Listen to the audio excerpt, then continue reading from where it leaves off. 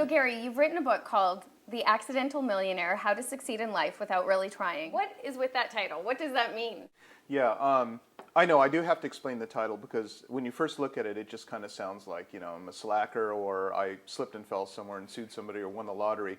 What it really means is if I were to read you the title, I would say How to Succeed in Life Without Really Trying.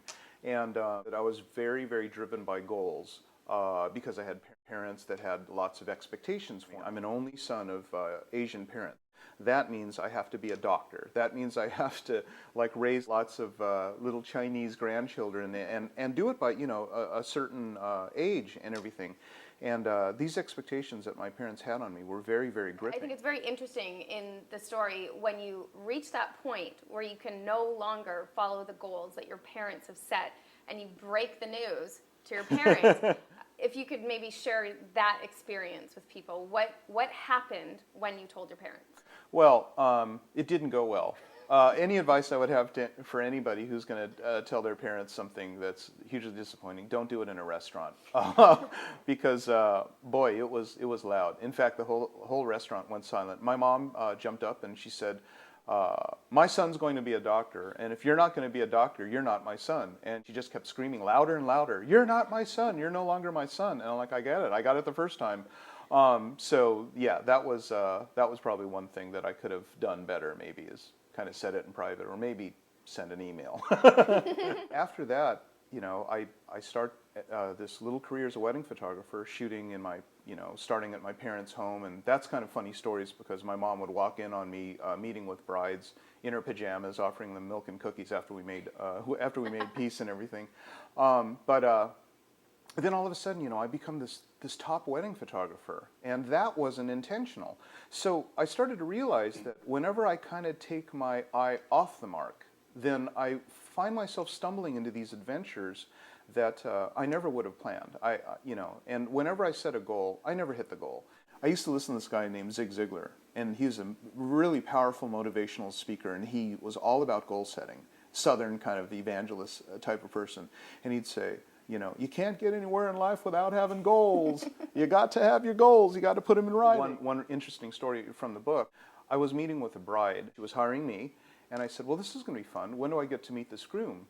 And she said, well, I've got an interesting story about that. I haven't met him yet. And I'm like, what? You've got this whole elaborate, party planned and wedding, and you don't even have the guy. And she said, I know that, but in order for me to achieve my goal, and my goal is to be married by the time I'm 30, to me that was pretty much the prime example of what I call goals gone wild. So if we don't have goals, what are we doing? Are we just sitting around doing nothing? What we are doing is we are being receptive to possibilities that we might completely otherwise ignore. There's a story in the book where I talk about this time I meet this awesome inventor. His name's Enzo, and he's a multimillionaire, and he's got homes all over the world and a yacht. And I was a young man in my 20s, and I said, Enzo, how is it that you do this amazing stuff? You just come up with inventions out of nowhere. And he said, it's way easier than you think. And he goes, that luggage right there, what would you do to improve it? And I said, well, I mean, now that I think about it, why doesn't it have wheels? And he says, exactly, why doesn't it have wheels? Next, what would you do? And I said, well, if it had wheels, would I really want to be hunched over and carting it around, or would I want to have a handle so I don't have to bend forward? And he said, okay, so a handle. And I said, yes, a telescoping handle so that you can lock it away.